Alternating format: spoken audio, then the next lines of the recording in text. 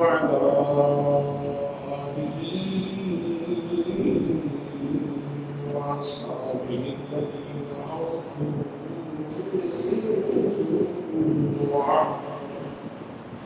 أما بعد فأعوذ بالله من الشيطان الرجيم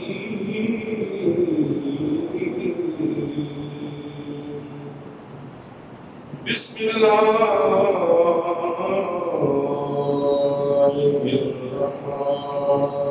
الرحيم ألف لام ذلك الكتاب لا ريب فيه وقال الله تعالى في مقام آخر لا رب ولا يابس إلا في كتاب مبين وقال الله تعالى في مقام آخر إنا أنزلناه في ليلة القدر وما أدراك ما ليلة القدر ليلة القدر خير من ألف شهر تنزل الملائكة والروح فيها بإذن ربهم من كل يوم أمر سلام هي حتى مطلع الفجر صدق الله مولانا العظيم وصدق رسوله النبي الكريم الأمين الرحيم الصلاة والسلام عليك يا سيدي يا رسول الله وعلى آلك وأصحابك يا سيدي يا حبيب الله.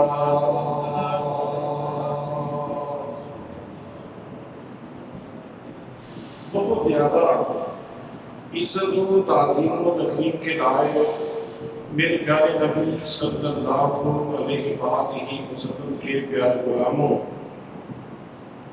ماہ رمضان مبارک کی حسین ساتیں ہیں اور آج جمعۃ الوداع ہے۔ یہ کتنی سعادتیں اکٹھی ہو رہی ہیں کہ ہم اللہ کے گھر میں بیٹھے ہیں تو اللہ کریم کے یہ بہت سارے کرم اکٹھے ہو گئے۔ ماہ رمضان بھی ہے، جمعۃ المبارک بھی ہے اور پھر جمعۃ الوداع ہے اور پھر اللہ کا گھر ہے اور ہماری زبانیں اللہ کا ذکر کر رہی ہیں اور ہماری سماعتیں اللہ اور اس کے پیارے حبیب صلی اللہ علیہ وسلم کا ذکر سن رہی ہیں۔ الحمدللہ الحمدللہ الحمدللہ۔ برادران اسلام، جمعۃ الوداع کو بڑے اہتمام کے ساتھ ادا کیا جاتا ہے۔ مسلمان بڑی توجہ سے، بڑی انہمام سے، بڑی کشش سے، بڑے جذب کے ساتھ، بڑی محبت کے ساتھ جمعۃ الوداع ادا کرنے کے لیے مسجدوں میں تشریف لاتے ہیں، لیکن جمعۃ الوداع کا تصور یہ بنتا جا رہا ہے کہ شاید جمعۃ الوداع کا مطلب ہے کہ ہر چیز الوداع، قرآن الوداع، روزہ الوداع، حیا الوداع، شرم الوداع، تلاوت الوداع، سجدہ الوداع، دیانت الوداع، شرافت الوداع۔ جیسے ہی جمعۃ الوداع ادا کیا جاتا ہے چند دنوں کے بعد جب چاند طلوع ہوتا ہے تو چاند کے طلوع ہوتے ہی ساری قدریں الوداع کر دی جاتی ہیں، اور یہ بہت بڑی بدنصیبی ہے کہ ہم ماہ رمضان کے الوداع کرنے کے ساتھ ساتھ ساری شرافتیں الوداع کر دیتے ہیں، ساری سعادتیں الوداع کر دیتے ہیں۔ وہ اللہ کریم نے جو کرم کا سلسلہ، اپنے اطراف بمایا کا سلسلہ ہمارے اوپر دراز کیا تھا، ان ساری چیزوں سے دستکش ہو جاتے ہیں، ان سے ہاتھ اٹھا لیتے ہیں اور ان ساری چیزوں سے محروم ہو جاتے ہیں۔ حالانکہ ماہ رمضان یہ تو ایک ریفریشر کورس تھا، یہ ایک ریفریشر کورس تھا، یہ ایک بشر تھی، سال میں ایک دفعہ یہ بندے کو تیار کرنے کے لیے، پورے سال کے لیے تیار کرنے کے لیے یہ ایک ریفریش کورس تھا کہ ذہن میں یہ بات ہمہ وقت موجود رہے کہ میرا رب مجھے دیکھ رہا ہے، میرا رب مجھے دیکھ رہا ہے، میں نے اس کی فرما برداری کرنی ہے، میں نے اس کی نافرمانی نہیں کرنی۔ اصل میں تو یہ ریفریشر کورس تھا، جیسے لوگ یہ فورسز ہیں ان کے اندر مختلف لوگوں کو کورسز کروائے جاتے ہیں، فورسز کے اندر، افواج کے اندر، تاکہ اس کی روشنی میں وہ اپنا اگلا سفر کرے، اگلا سفر اس کی روشنی میں کرے۔ لیکن ہم ماہ رمضان کے اندر تو الحمدللہ روشنی میں رہتے ہیں، لیکن جیسے ہی ماہ رمضان ختم ہوتا ہے اور عید کی رات جب آتی ہے، جس کو چاند رات کہا جاتا ہے، جس رات کو چاند رات کہا جاتا ہے، وہ حقیقت میں ماند رات ہو جاتی ہے۔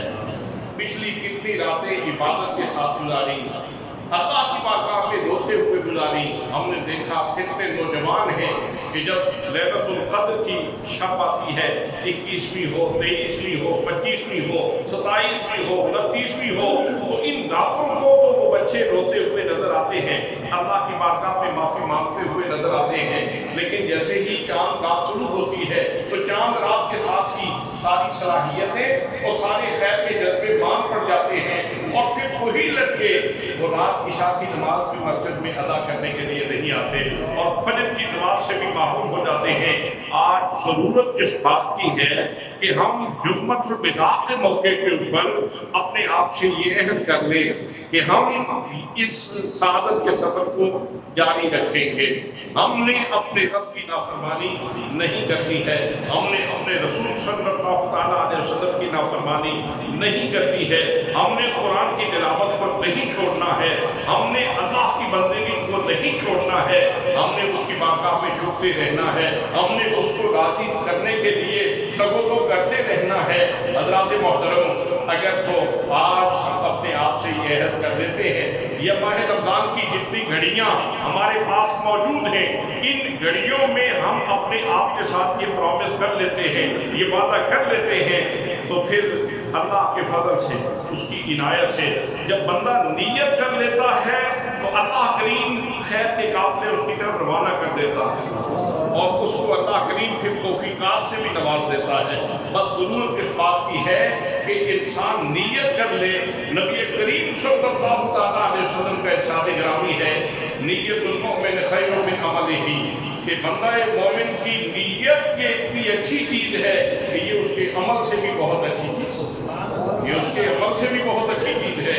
اور دوسرے مقام پہ ارشاد فرمایا، انما الاعمال بالنیات، اعمال کا دار و مدار نیت کے اوپر ہے۔ آج ہمیں یہ نیت کرنا ہے کہ ہم اپنے رب کی نافرمانی نہیں کریں گے، ہم اپنے رسول کی نافرمانی نہیں کریں گے، ہم اپنی زمینوں کو اپنے رب کی بارگاہ میں جھکنے سے نہیں روکیں گے، ہم اللہ کی بارگاہ میں اور اس کے گھر میں آتے جاتے رہیں گے اور اپنی حاضری لگواتے رہیں گے اور اپنے والدین کی خدمت کریں گے۔ ہم نے جھوٹ نہیں بولنا ہے، ہم نے غیبت نہیں کرنی ہے، ہم نے اللہ کی نافرمانی نہیں کرنی ہے، ہم نے ملاوٹ نہیں کرنی ہے۔ رمضان نے جن احتیاطوں کی مشق کروائی، ہم ان احتیاطوں کو قائم رکھتے ہوئے اپنی زندگی کا سفر رواں کریں گے۔ آج ہم نے اپنے رب سے، اپنے زمین سے اور اپنے جو احساسات ہیں ان سے ہم نے وعدہ کرنا ہے کہ ہم راہ راست کے اوپر اپنی زندگی کا سفر جاری رکھیں گے۔ حضرات محترم، آج کے جمعہ خطبہ کے لیے، جمعے کے لیے جس عنوان کا میں نے انتخاب کیا ہے وہ یہ ہے کہ قرآن مقدس اللہ کریم کی کتنی جامع کتاب ہے، کتنی جامع کتاب ہے۔ جب کوئی ریسرچ اسکالر، جب کوئی محقق تحقیق و تفحص کے جذبہ صالحہ کے ساتھ سفر شروع کرتا ہے اور وہ مختلف لائبریریوں میں جاتا ہے، کھنگالتا ہے اور مختلف کتابوں کو پڑھتا ہے تو اسے مختلف علوم و فنون کی کتابیں وہاں ملتی ہیں. صرف کی کتاب ملے گی، نحو کی کتاب ملے گی، منطق کی کتاب ملے گی، فلسفہ کی کتاب ملے گی، علم حیات کی کتاب ملے گی، علم الجبرا کی کتاب ملے گی، اسے فزکس کی کتاب ملے گی، اسے بایو کی کتاب ملے گی، اسے کیمسٹری کی کتاب ملے گی. بہت ساری کتابیں اس کو جب تحقیق کے میدان میں نکلے گا تو اسے بہت ساری کتابیں ملے گی. لیکن کوئی کسی ایک موضوع کے اوپر مختص ہے، کسی کا کوئی ایک عنوان مختص ہے، کسی کے اندر کوئی ایک قسم کی معلومات پائی جاتی ہے. اور اگر کسی سادے انسان کا جذبہ یہ ہو کہ یا کوئی ایسی کتاب بھی تو مل جائے جس کے اندر صرف بھی ہو، جس کے اندر نحو بھی ہو، جس کے اندر منطق بھی ہو، جس کے اندر فلسفہ بھی ہو، جس کے اندر الجبرا بھی ہو، جس کے اندر فزکس بھی ہو، جس کے اندر کیمسٹری بھی ہو، جس کے اندر ریاضی بھی ہو، جس کے اندر آئی ٹی بھی ہو، جس کے اندر دنیا کے سارے علوم موجود ہوں، تو حضرات محترم وہ کتاب اگر کوئی تلاش کرنے کے لیے نکلے گا تو اسے صرف ایک کتاب ملے گی. اور اس کتاب کا تعارف اللہ کریم نے ان الفاظ کے ساتھ کروایا ہے: الف لام میم ذالک الکتاب لا ریب فیہ. یہ وہ بلند رتبہ کتاب ہے جو میں نے محمد مصطفیٰ صلی اللہ علیہ وسلم کے سینے پہ نازل کی ہے. یہ وہ کتاب ہے جس کے اندر کسی قسم کے شک کی کوئی گنجائش نہیں. اس کا ہر حرف یہ تحقیق کے اعلیٰ ترین معیار کے اوپر ہے. یہ یقین بخش ہے. اس کا ہر حرف یہ یقین کی دولت عطا فرماتا ہے. ہر لفظ یقین کی دولت عطا فرماتا ہے. اور جو بندہ اس کو طلب کے ساتھ پڑھنا شروع کر دے، وہ چاہے دنیا کی طرف لے کر پڑھے، چاہے آخرت کی طرف لے کر پڑھے، تو وہ منزل یقین پہ فائد ہو جائے. اپنے فیلڈ کے حساب سے وہ منزل یقین پر فائد ہو جائے گا. حضرات محترم، یہ وہ واحد کتاب ہے جس کے اندر دنیا کے سارے علوم موجود ہیں. اور یہ بات میں اپنی طرف سے نہیں کہہ رہا، بلکہ آئیے میں آپ کو اس ہستی کی بارگاہ میں لیے چلتا ہوں جن کے پاس بہت بڑی ڈگری ہے، بہت بڑی ڈگری ہے. حضرات محترم، انہوں نے یہ ڈگری آکسفورڈ سے حاصل نہیں کی، انہوں نے یہ ڈگری اسلامک یونیورسٹی سے حاصل نہیں کی، انہوں نے یہ ڈگری جامعہ نظامیہ بغداد سے حاصل نہیں کی، انہوں نے یہ ڈگری جامعہ الازہر سے حاصل نہیں کی، بلکہ ان کو یہ ڈگری بارگاہ مصطفیٰ صلی اللہ علیہ وسلم سے ملی ہے. میرے آقا کریم صلی اللہ علیہ وسلم نے ارشاد فرمایا اور ڈگری عنایت کرتے ہوئے آپ نے مہربانیوں کی حد کر دی. فرمایا انا مدینۃ العلم وعلی بابها. لوگوں سن لو، میں علم کا شہر ہوں، علی اس کا دروازہ ہے.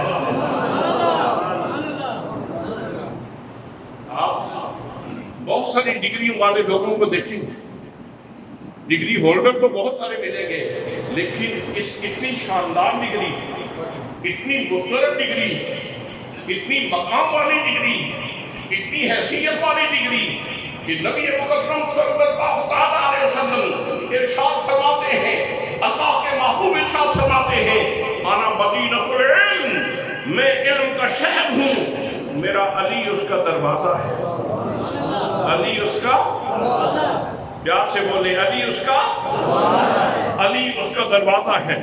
آئیے اس دروازہ شہر نبوت پہ، شہر علم پہ دستک دیجیے تو دروازے سے آواز آتی ہے، دروازہ کھلتا ہے، ارشاد ہوتا ہے جمیع العلوم فی القرآنی لیکن تقاصر عن وفام الرجالی.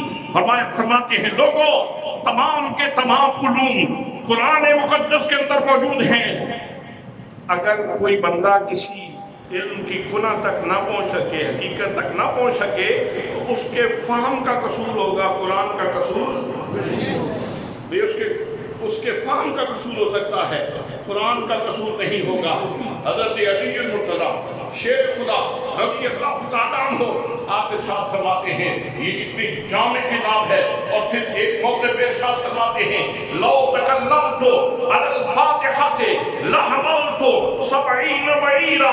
اگر یہ مصطفیٰ کریم صلی اللہ تعالیٰ علیہ وسلم کا صحابی، یہ نبی پاک صلی اللہ تعالیٰ علیہ وسلم کے سینے سے فیض حاصل کرنے والا علی اگر گفتگو شروع کر دے، اگر کلام شروع کر دے، اگر لکھنا شروع کر دے، اگر بیان کرنا شروع کر دے اور صرف سورہ فاتحہ کی تفسیر لکھے، 70 اونٹوں کا بوجھ بن جائے، سورہ فاتحہ کی تفسیر ختم نہ ہو۔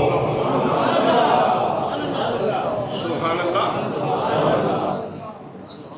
روزانہ ہم نماز کے اندر بھی پڑھتے ہیں، ویسے بھی پڑھتے ہیں، بھئی سورہ فاتحہ میں 7 آیتیں ہیں، پڑھتے ہوئے کتنی دیر لگتی ہے، تلاوت کرتے ہوئے کتنی دیر لگتی ہے۔ کوئی ترتیل کے ساتھ بھی پڑھے تو بہت جلدی پڑھ لیتا ہے، حضر کے ساتھ پڑھے تو بہت بھی جلدی پڑھ لیتا ہے، اگر کوئی تدبیر کے ساتھ پڑھے تو پھر بھی جلدی پڑھ سکتا ہے۔ میرے دوستو، میرے بھائیوں، حضرت شیر خدا فرماتے ہیں یہ فیضان ہے محمد مصطفیٰ کا، یہ کمال ہے محمد مصطفیٰ کا، یہ عنایت ہے سینہ مصطفیٰ کی، یہ کرم ہے نگاہ مصطفیٰ کا کہ اگر سورہ فاتحہ کی تفسیر لکھوں 70 اونٹوں کا بوجھ بن جائے اور پھر بھی سورہ فاتحہ کی تفسیر ختم نہ ہو۔ سبحان اللہ۔ ایک اور تلمیذ نبوت کی بارگاہ میں چلتے ہیں، ان سے پوچھتے ہیں جناب والا آپ بھی حبر الامہ ہیں، آپ بھی ترجمان القرآن ہیں اور آپ کے اوپر بھی نبی پاک صلی اللہ علیہ وسلم کی توجہات نہیں ہیں اور آپ بھی تو خوش نصیب ہیں کہ ابھی ماں کے پیٹ میں تھے تو میرے آقا نے خوشخبری دی تھی، فرمایا میری چچی ام فضل تمہیں مبارک ہو، تمہارے پیٹ میں دنیا کا بہت بڑا عالم ہے۔ جناب حضرت عبداللہ ابن عباس سے پوچھئے کہ آپ قرآن مقدس کے بارے میں کیا کہتے ہیں؟ فرماتے ہیں عنایت میرے اوپر بھی ہوئی ہے، کرم میرے اوپر بھی ہوا ہے، مصطفیٰ کریم صلی اللہ علیہ وسلم کی توجہات مجھے بھی حاصل رہی ہے۔ میرا سلسلہ یہ ہے لو ضاع عقال بعیر لوجدتہ فی القرآن، میرے اوپر بھی اتنا کرم ہے کہ اگر میرے اونٹ کی نکیل گم ہو جائے، اگر میرے اونٹ کی نکیل گم ہو جائے، میں نہیں پوچھوں گا زید سے، میں نہیں پوچھوں گا بکر سے، میں نہیں پوچھوں گا کسی فرد سے، میں لوگوں سے نہیں پوچھوں گا، میں قرآن کھولوں گا، قرآن سے پوچھوں گا، قرآن بتا میرے اونٹ کی نکیل کہاں ہے۔ حضرات محترم، جن کے علم کا سلسلہ ایسا ہے کہ اپنے اونٹ کی نکیل بھی قرآن مقدس سے تلاش کر لیتے ہیں، یہ شان ہے خدمتگاروں کی، سرکار کا عالم کیا ہوگا۔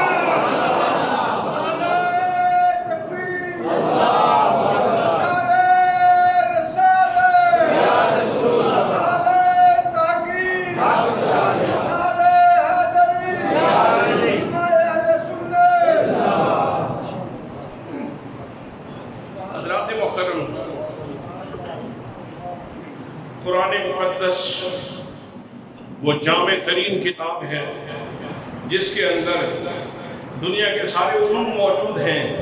حضرت پیر میر علی شاہ صاحب کی ایک پادری کے ساتھ ملاقات ہو گئی، پادری کہنے لگا حضرت آپ کی جو اسلامک ہسٹری ہے، اسلامی تاریخ، اس میں واقع کربلا کی بڑی اہمیت ہے اور آپ جب بھی گفتگو کرتے ہیں، آپ کے علماء گفتگو کرتے ہیں اور جب بھی کسی حقی قوت کا ذکر ہوتا ہے، جب بھی کسی انقلاب کا ذکر ہوتا ہے، جب بھی زمانے کی کسی کروٹ کا سال کروٹ کا ذکر ہوتا ہے تو وہاں واقع کربلا کو کوٹ کیا جاتا ہے۔ آپ کے قرآن کے اندر تو اس کا ذکر موجود نہیں۔ آپ نے فرمایا تو نے قرآن پڑھا ہے؟ اس نے وہ حمائل پاس رکھی ہوئی تھی، چھوٹے سائز کا قرآن پاک، اس نے فوراً نکالا، اس نے کہا یہ دیکھیں اب بھی ہمارے پاس موجود، یہ بھی اب بھی میرے پاس موجود ہے۔ آپ نے فرمایا تو نے پڑھا ہے؟ کہنے لگا ہاں پڑھتا ہوں، تبھی تو رکھا ہوا ہے۔ آپ نے فرمایا الفاظ تو تیری نظر سے گزرے ہیں لیکن تو نے اس کو پڑھا نہیں ہے، تو نے پڑھا ہوتا تو پھر یہ سوال نہ کرتا اس کی جامعیت کے بارے میں، پھر تجھے یقین ہوتا۔ تو وہ کہنے لگا جناب پڑھتا ہوں، آپ پڑھا دیں۔ حضرت پیر میر علی شاہ صاحب رحمۃ اللہ تعالیٰ علیہ نے آپ نے بسم اللہ شریف، آپ نے کہا بسم اللہ شریف پڑھو اور پھر بسم اللہ سے حضرت امام حسن کی ولادت نکالی علم الآداب کی روشنی میں۔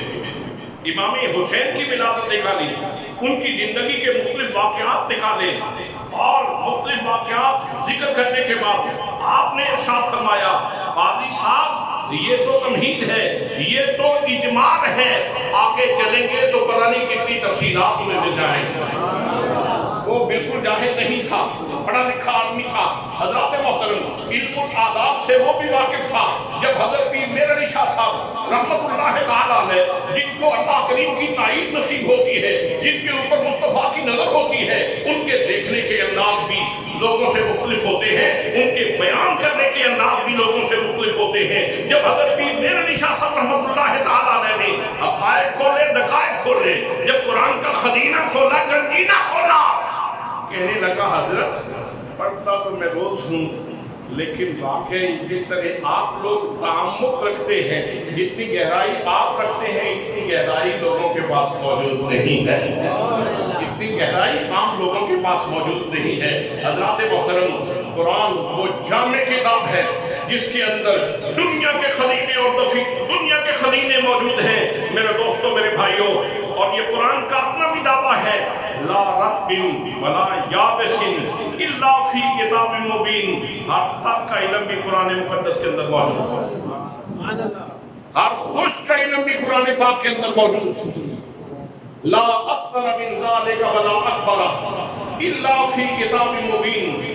دوسری کیٹیگری چیزوں کو جاننے کے لیے کسی چیز کو چھوٹا کہا جائے گا، کسی چیز کو بڑا کہا جائے گا، فرمایا اگر یہ معیار ہو تو چھوٹی سے چھوٹی چیز کو بھی دیکھ لو، بڑی سے بڑی چیز کو بھی دیکھ لو۔ چھوٹی سے چھوٹی چیز کا ذکر بھی قرآن کے اندر موجود ہے، اور بڑی سے بڑی چیز کا ذکر بھی قرآن کے اندر موجود ہے۔ اور پھر آگے تو اللہ کریم نے حد کر دی، فرمایا ما فرطنا فی الکتاب من شیء، ہم نے اس کتاب میں کسی چیز کی کمی چھوڑی ہی نہیں، ہم نے اس کتاب میں کسی چیز کی کمی چھوڑی ہی نہیں۔ ہر تک کا علم کتاب میں، ہر خود کا علم کتاب میں، ہر چھوٹی سے چھوٹی چیز کا علم کتاب میں، ہر بڑی سے بڑی چیز کا علم کتاب میں، اور کتاب میں ہم نے کسی چیز کی کمی چھوڑی ہی نہیں۔ کتاب تلاش کرنے کے لیے نکلے حضرات محترم، بین الطفتین، یہ تو بعد میں آئی ہے، یہ تو بعد میں لکھی گئی ہے۔ قرآن کو تلاش کرنے نکلو گے، قرآن کہاں ملے گا؟ تو اللہ کریم ارشاد فرماتا ہے اگر اس کی بنیاد تلاش کرنا چاہتے ہو فَإِنَّهُ نَزَّلَهُ عَلَىٰ قَلْبِكَ، قرآن سب سے پہلے ہم نے سینہ مصطفیٰ پہ اتارا ہے۔ یہ دو جلدوں میں تو بعد میں آیا ہے، یہ پتوں کے اوپر تو بعد میں آیا ہے، یہ چمڑے کے اوپر تو بعد میں آیا ہے۔ سب سے پہلے اللہ نے کہاں نازل کیا ہے؟ سینہ مصطفیٰ کے اوپر نازل کیا ہے، سینہ مصطفیٰ کو اس کا امین بنایا ہے، اور سینہ مصطفیٰ سے پھر دہن مصطفیٰ کو وسیلہ بنایا، اور پھر جناب صدیق اکبر کی طرف قرآن منتقل ہوا، جناب علی حیدر کرار کی طرف قرآن منتقل ہوا، حضرت خدیجہ الکبریٰ کی طرف قرآن منتقل ہوا، حضرت زید بن حارثہ کی طرف قرآن منتقل ہوا۔ حضرات محترم، اس کا پہلا دفینہ اور اس کا پہلا گنجینہ اور اس کا پہلا خزینہ وہ تو سینہ مصطفیٰ ہے، وہ تو سینہ مصطفیٰ ہے۔ تو پھر جب قرآن میں سب کچھ ہے تو پھر کہنا پڑے گا جو کچھ اس گنجینے میں ہے وہ میرے مصطفیٰ کے سینے میں ہے۔ اقبال اسی لیے تو وجد میں آتے ہیں، محبت میں آتے ہیں، تڑپ کے بولتے ہیں، جذب کے ساتھ بولتے ہیں، جھوم کے بولتے ہیں، محبت کے ساتھ بولتے ہیں، کہتے ہیں لوح بھی تو، قلم بھی تو، تیرا وجود الکتاب۔ میرے آقا، میں یہ نہیں کہتا کہ آپ فلاں چیز کو جانتے ہیں اور فلاں چیز کو نہیں جانتے، میں تو یہ کہتا ہوں لوح بھی تو، قلم بھی تو، لوح بھی آپ ہیں، قلم بھی آپ ہیں، جو کچھ قلم نے لکھا ہے، جو کچھ لوح کے اوپر لکھا ہے وہ آپ کے سینے کے اندر موجود ہے۔ تیرا وجود الکتاب، گنبد آبگینہ رنگ، یہ اتنا بڑا آسمان جس کے اوپر اربوں خربوں ستاروں کی کہکشائیں موجود ہیں، ستارے جلملا رہے ہیں، سیارے روشن ہیں، تو یہ جتنے ستارے اور سیارے ہیں اور ان کی جتنی کائنات ہے آسمان کے اندر، یہ جو کچھ بھی ہے تیرے محیط میں حباب یہ چھوٹا سا بلبلہ ہے سونا، آپ کے احاطے میں، آپ کے احاطہ علم میں جتنا کچھ آپ نے احاطہ کیا ہوا ہے، جتنا کچھ آپ نے گھیرا ہوا ہے، جتنا کچھ آپ کے سینے کے اندر موجود ہے، اس سارے آسمان کا علم آپ کے علم کے سامنے چھوٹا سا بلبلہ ہے۔ حضرات محترم، جس مصطفیٰ کے علم کا بلبلہ اتنا بڑا ہے، اس مصطفیٰ کے سمندر کا عالم کیا ہوگا، اس نبی کے علم کے سمندر کا عالم کیا ہوگا۔ حضرات محترم، حضرت اقبال کیا خوش ذوق انسان ہے، کیا خوش عقیدہ انسان ہے، اور کتنی سادہ پیرائے میں کتنی بڑی حقیقت بیان کر دی۔ میرے دوستو، میرے بھائیوں، قرآن مقدس کے بارے میں عرض کر رہا تھا، قرآن کتنا جامع ہے اور قرآن سے لوگوں نے کتنا استفادہ کیا ہے۔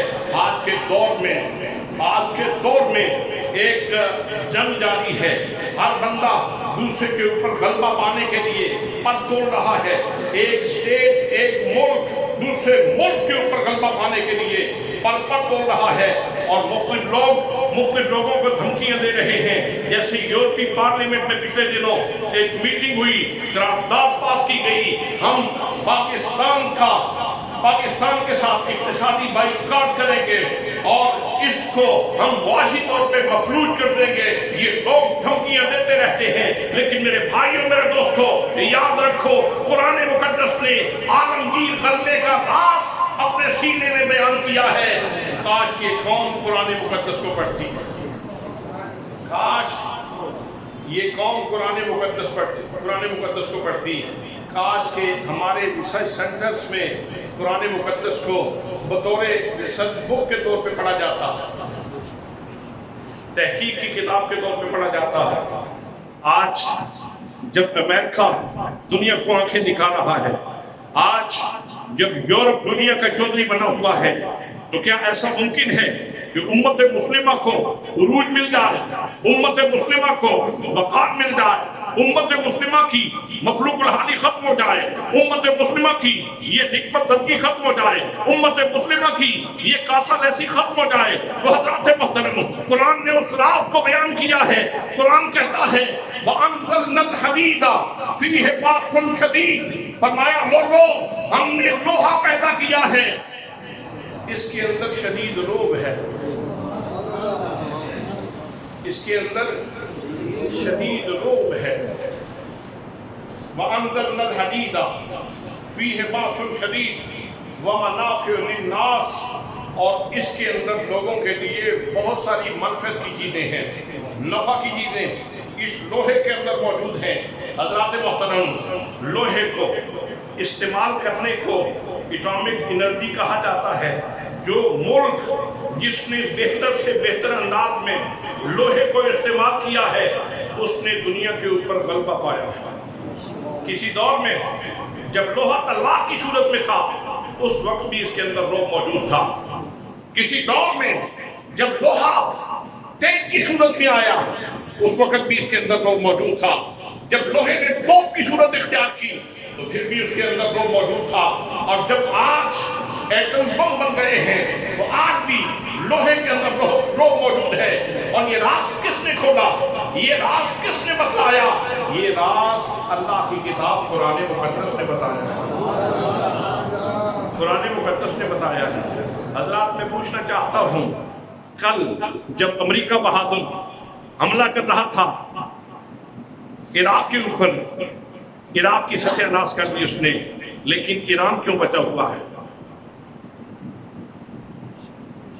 پابندیاں لگی، اقتصادی پابندیاں اس کے اوپر لگائی گئی ایران کے اوپر، لیکن بچا ہوا کیوں ہے؟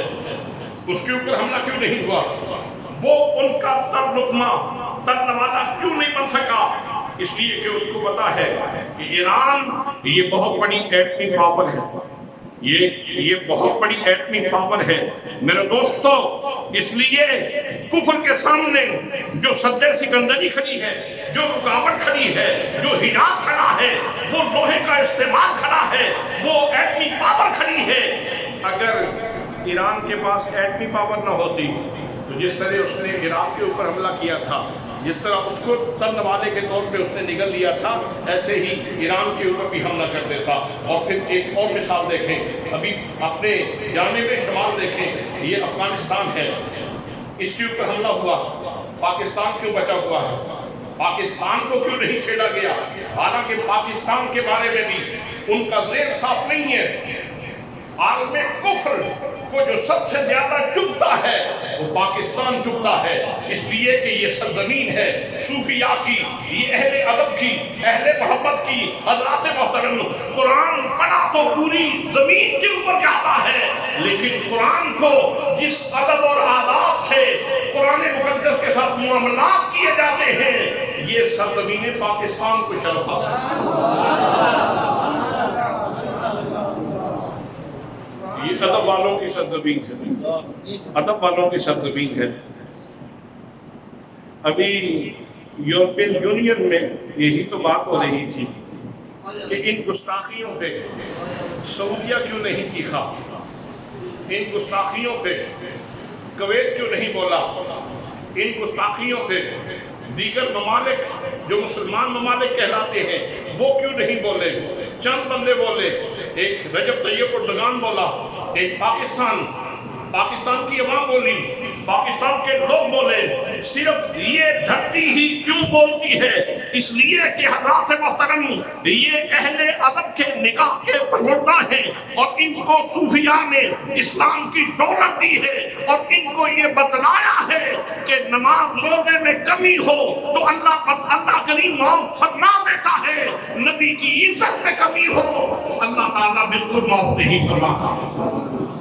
اس لیے اپنے نبی کے ساتھ وفادار، اس لیے اپنے نبی کے ساتھ وفادار رہو۔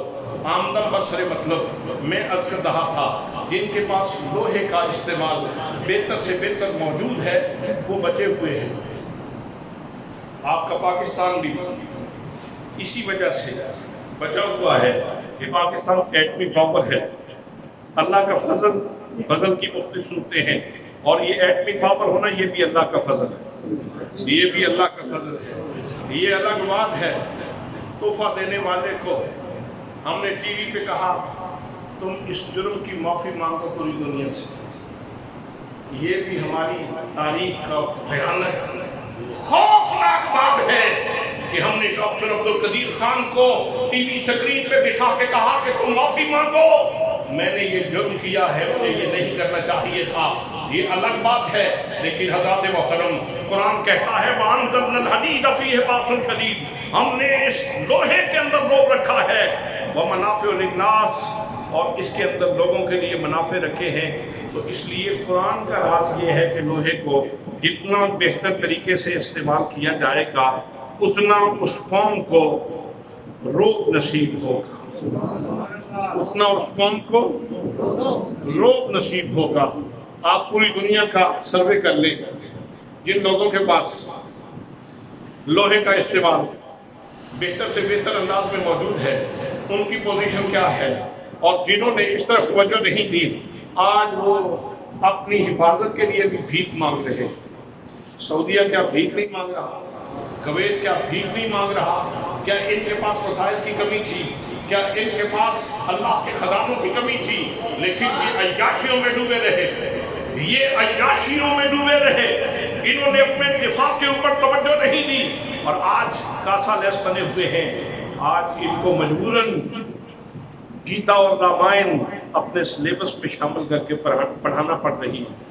حضرات، جو قومیں ذہنی طور پر غلام ہو جاتی ہیں وہ پھر مفلوج ہو جاتی ہیں، اور پھر لوگوں کے مرہون منت ہو جاتی ہیں۔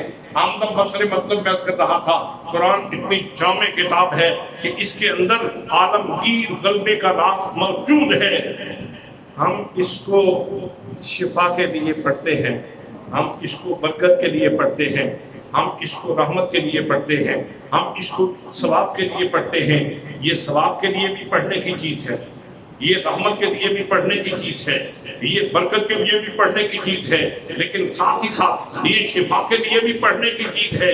آج پوری دنیا کو کرونا نے کھیلا ہوا ہے، میں کتنی دفعہ کر چکا ہوں، اگر مسلمان صرف مسلمان ایک کر کے قرآن مقدس کی تلاوت کو اپنا معمول بنا لے اور زیادہ سے زیادہ قرآن مقدس پڑھے، میں اللہ کی ذات کے اوپر بھروسہ کرتے ہوئے کہہ سکتا ہوں، میرے پاک نبی صلی اللہ تعالیٰ علیہ وسلم نے ارشاد فرمایا لوگوں سورہ فاتحہ کے اندر شفا موجود ہے۔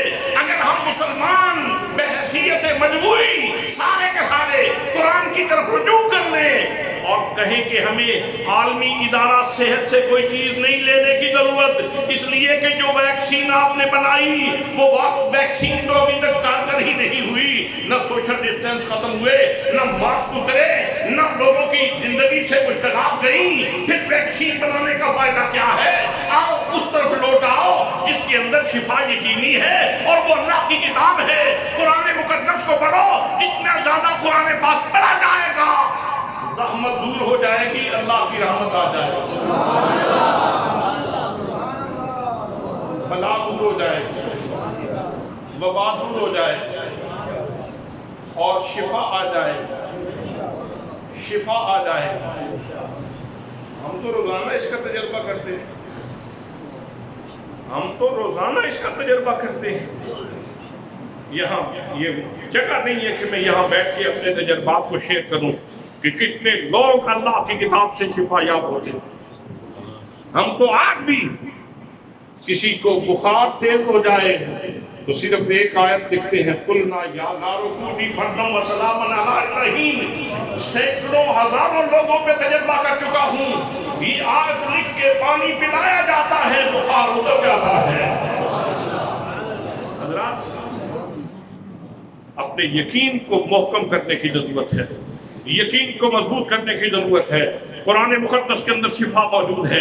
آج کے وبا کے ماحول میں زیادہ سے زیادہ قرآن مقدس کی تلاوت کیجیے۔ آج ماہ رمضان میں تو کثرت سے لوگ قرآن مقدس کی تلاوت کرتے ہیں، لیکن ماہ رمضان گزر جائے گا، قرآن کے ساتھ ہمارا لنک پھر بھی موجود ہے، قرآن کے ساتھ رابطہ پھر بھی موجود رہنا چاہیے، قرآن مقدس کی تلاوت پھر بھی موجود رہنی چاہیے۔ صبح اٹھ کے اپنے بچوں سے کہو، اپنی بیٹیوں سے کہو، گھر والوں سے کہو، باقی کام بعد میں کرنا، پہلے اٹھاؤ قرآن مقدس کی زیارت کر لو، قرآن مقدس پڑھ لو۔ حضرات محترم، یہ کتاب برکت والی کتاب ہے، یہ رحمت والی کتاب ہے، یہ شفا والی کتاب ہے، اور یہ عالمگیر غلبے کے راز بتانے والی کتاب ہے، یہ عالمگیر غلبے کے راز بتانے والی کتاب ہے۔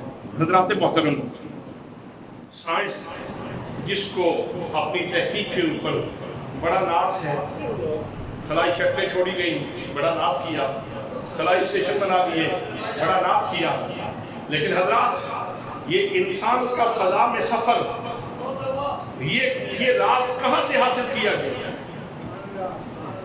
یہ راز کہاں سے نکالا گیا؟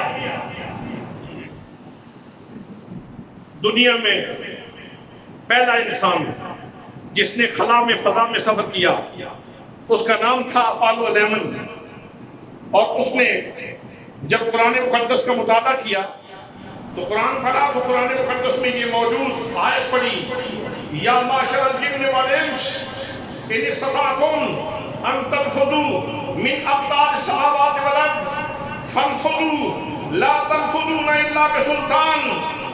اے گروہ جن و انس، تم اجرام سماوی اور ارضی سے نہیں نکل سکتے، ہاں ایک صورت بن سکتی ہے، کسی بہت بڑی پاور کے ساتھ تم اجرام سماویہ کا سفر کر سکتے ہو، ان سے نکل سکتے ہو۔ جب وہ اپالو 11 بیٹھا قرآن پڑھنے کے لیے اور اس آیت سے پہنچا، اس نے کہا اس کتاب میں جو کچھ بیان ہوا ہے، تاریخ کہتی ہے، انسانی تجربہ کہتا ہے، اس کا فرمودہ کوئی غلط نہیں ہوا۔ تو اس نے یہ کہا ہے کہ جن و انس یہ اجرام سماوی سے نکل سکتے ہیں، بالکل نفی نہیں کی، نکل سکتے ہیں، لیکن پاور کے ساتھ نکل سکتے ہیں۔ اب وہ پاور تلاش کی جائے، وہ پاور تلاش کی جائے۔ اب انسان پاور کی تلاش میں نکلا، اپالو 11 اس کا نام تھا۔ اس نے پھر ایک پاور تلاش کر لی، اس نے سٹیرن 15 ایجاد کیا، سٹیرن 15 اس نے ایجاد کیا، وہ 1738 ٹن اس کا وزن تھا، 363 فٹ اس کی لمبائی تھی، اتنا بڑا وہ اس نے طیارہ نما وہ چیز بنائی، اور بڑے تھوڑے سے منٹس میں وہ کشش ثقل کی حدود سے باہر چلا گیا، اتنی رفتار تھی اس کی، بہت تھوڑے سے وقت میں چند منٹوں میں وہ کشش ثقل کی حدود سے باہر نکل گیا۔ حضرات محترم، یہ فضا کی طرف سفر، یہ کس نے راز کھولا، یہ کس نے راستہ بتایا، یہ کس نے آباد کی بخشی، یہ کس نے انڈیا دیا، یہ کس نے انسان کے اندر یہ جستجو پیدا کی، کس نے انسان کے اندر یہ تحرک پیدا کیا، کس نے انسان کے اندر یہ امنگ پیدا کی، کس نے انسان کو یہ حوصلہ دیا؟ اگر آپ تلاش کریں گے تو آپ کا قرآن کہتا ہے یہ راز بھی میں نے عطا فرمائے ہیں۔ لیکن یار کافر کو یہ راز لے لیں، مسلمانوں نے سینوں کے اوپر تالے کیوں لگائے ہوئے ہیں؟ مسلمانوں نے اپنی آنکھوں کے اوپر پٹی کیوں باندھی ہوئی ہے؟ مسلمان اس کی طرف توجہ کیوں نہیں دیتے؟ اس کو ریسرچ بک کے طور پہ کیوں نہیں پڑھایا جاتا؟ اس کو کتنی یونیورسٹیز میں اس انداز میں سلیبس کے اندر داخل کیا گیا ہے، اگر آپ دیکھیں گے تو آپ کو مایوسی ہوگی۔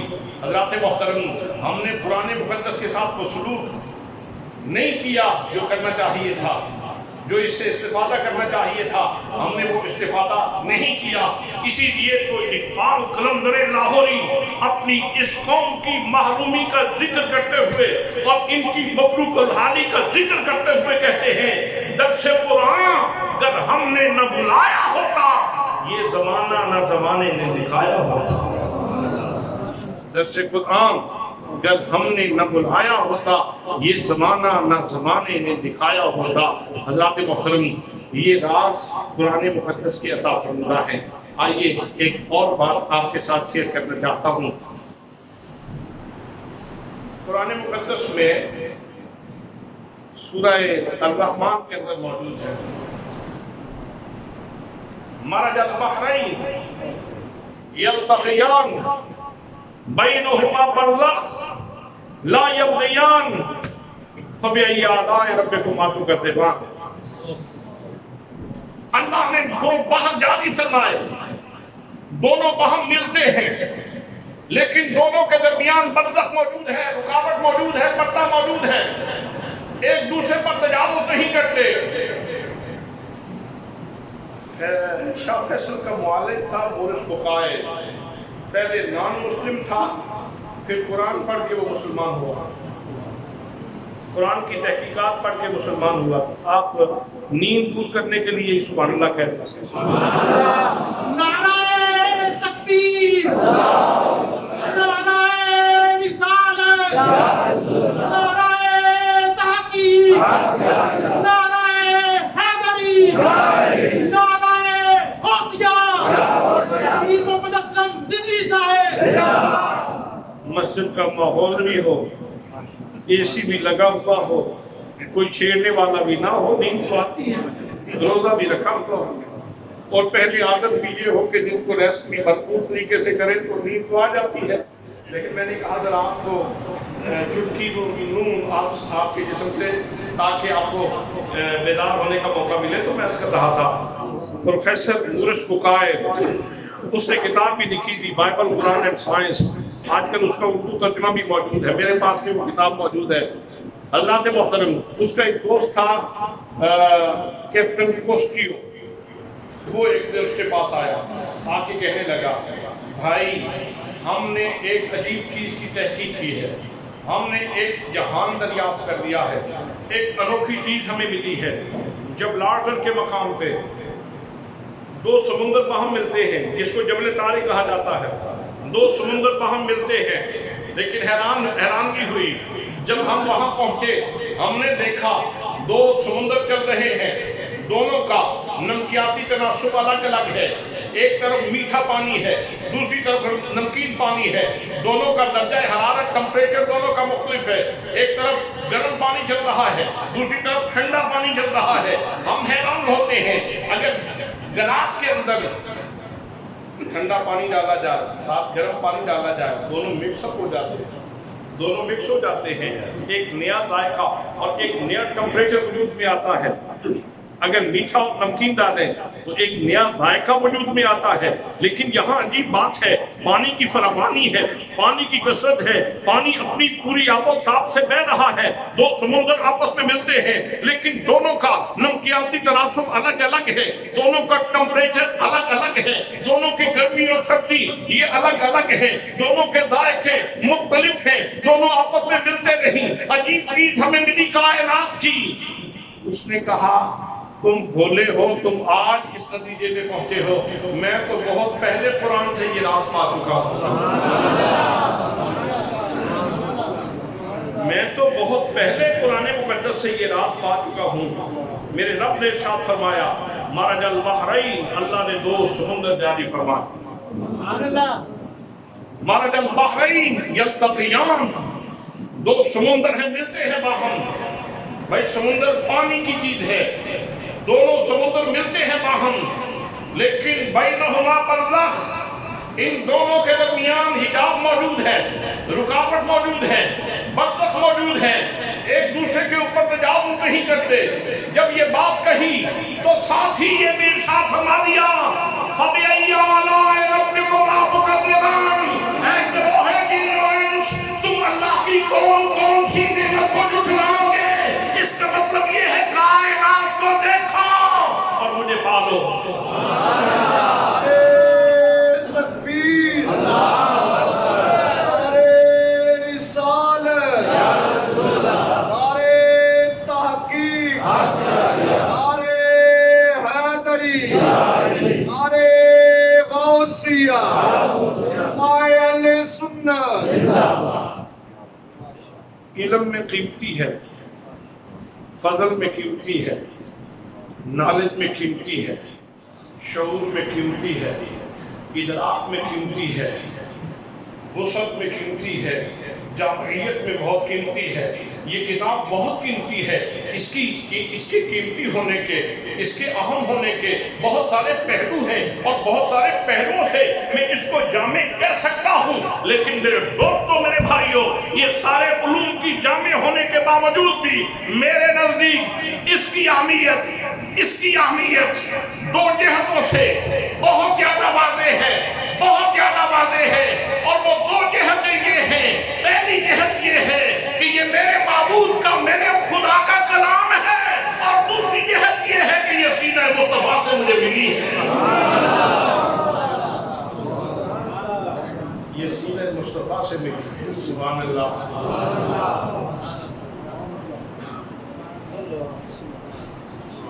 اس کا پہلا مخزن، سبحان اللہ، اس کا پہلا مخزن اتنی اچھی کتاب تھی، اتنی جامع کتاب تھی، اتنی اہم کتاب تھی، اتنی صحیح کتاب تھی، اتنی جو ہے وہ وسیع کتاب تھی، اللہ نے یہ کہاں رکھی؟ پہلے سینہ مصطفیٰ میں، اور وہاں سے پھر اس نے سفر کیا شعور مصطفیٰ کا، ادراک مصطفیٰ کا، ذہن مصطفیٰ کا، عقل مصطفیٰ کا، سفر کر کے اللہ کریم کسی زبان کا پابند نہیں ہے۔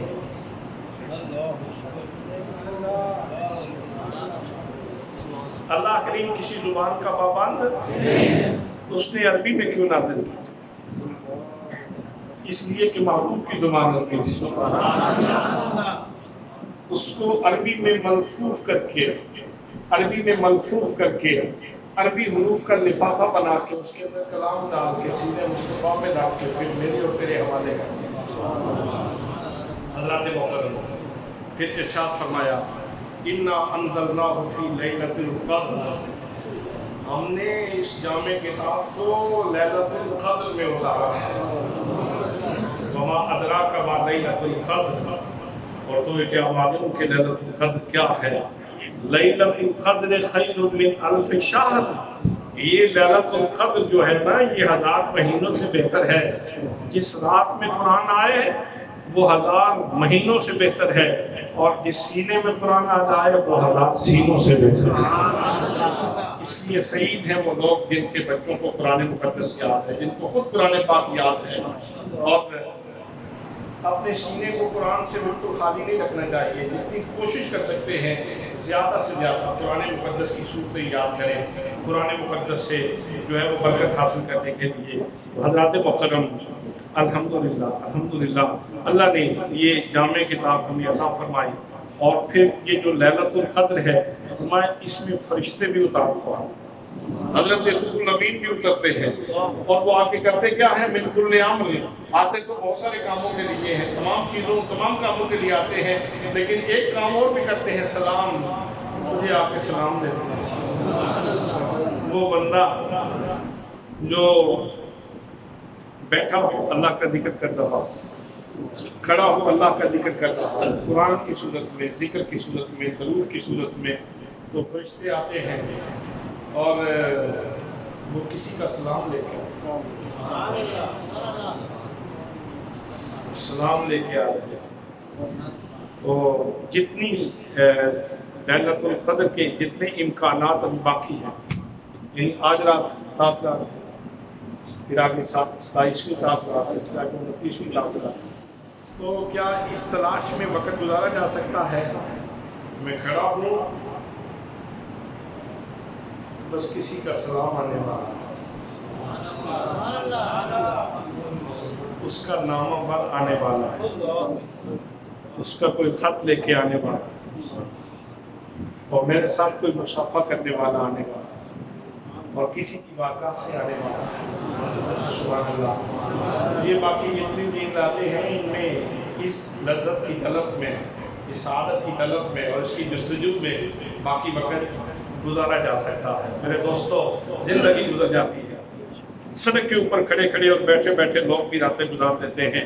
کتنے سعید ہیں وہ لوگ جو اللہ کے گھر میں رات گزارتے ہیں، اللہ کے گھر میں رات گزارتے ہیں، مصلی پہ رات گزارتے ہیں۔ گھر میں بھی گھر میں ذکر کرو، مسجد میں آ کے اللہ کا ذکر کرو، اس رات کو جاگو، تھوڑا سا وقت ہوتا ہے رات کا، تو اللہ کریم ہمیں یہ جتنی گھڑیاں باقی ہیں ان کی قدر کرنے کی توفیق نصیب فرمائے۔ یہ جمعۃ الوداع ہے آج کا، اور اس میں بعض لوگ قضائے عمر ہی پڑھتے ہیں۔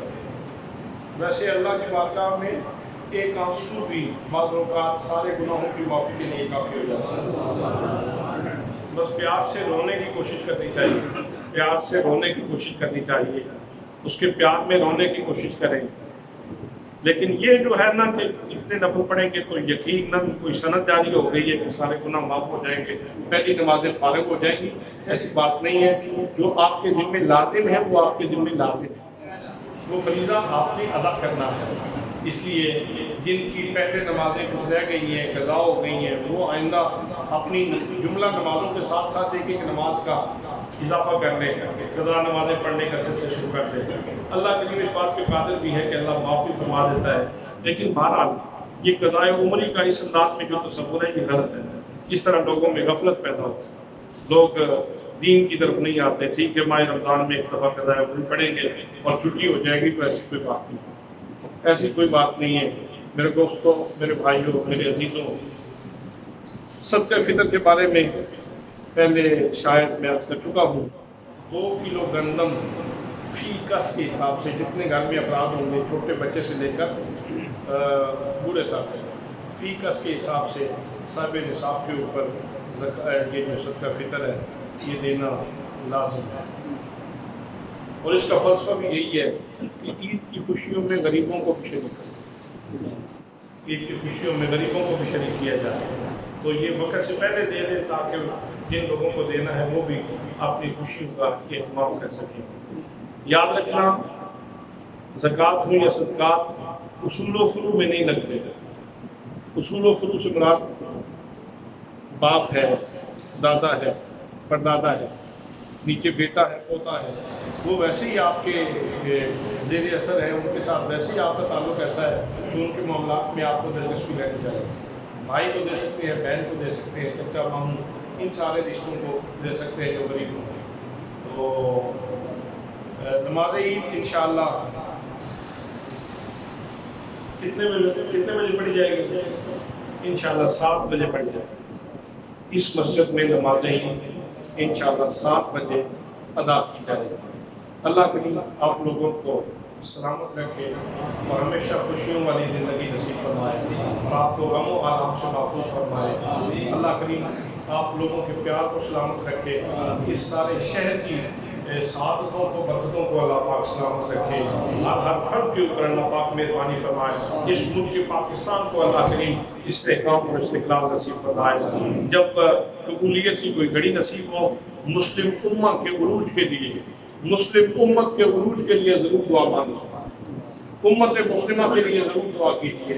جب کوئی مقبولیت کی گھڑی نصیب ہو کسی موتقب بھائی کو، کسی ویسے اللہ کا ذکر کرنے والے بندے کو کوئی قبولیت کی گھڑی نصیب ہو تو میں مؤدبانہ عرض کروں گا، عاجزانہ درخواست کروں گا کہ اپنی امت کو، امت مسلمہ کو ضرور یاد کیجیے، دعا کیجیے. اللہ پاک امت مسلمہ کو وقار نصیب فرمائے، مسلمانوں کو عزت کی زندگی اللہ پاک نصیب فرمائے. وما علیہ الا البلاغ.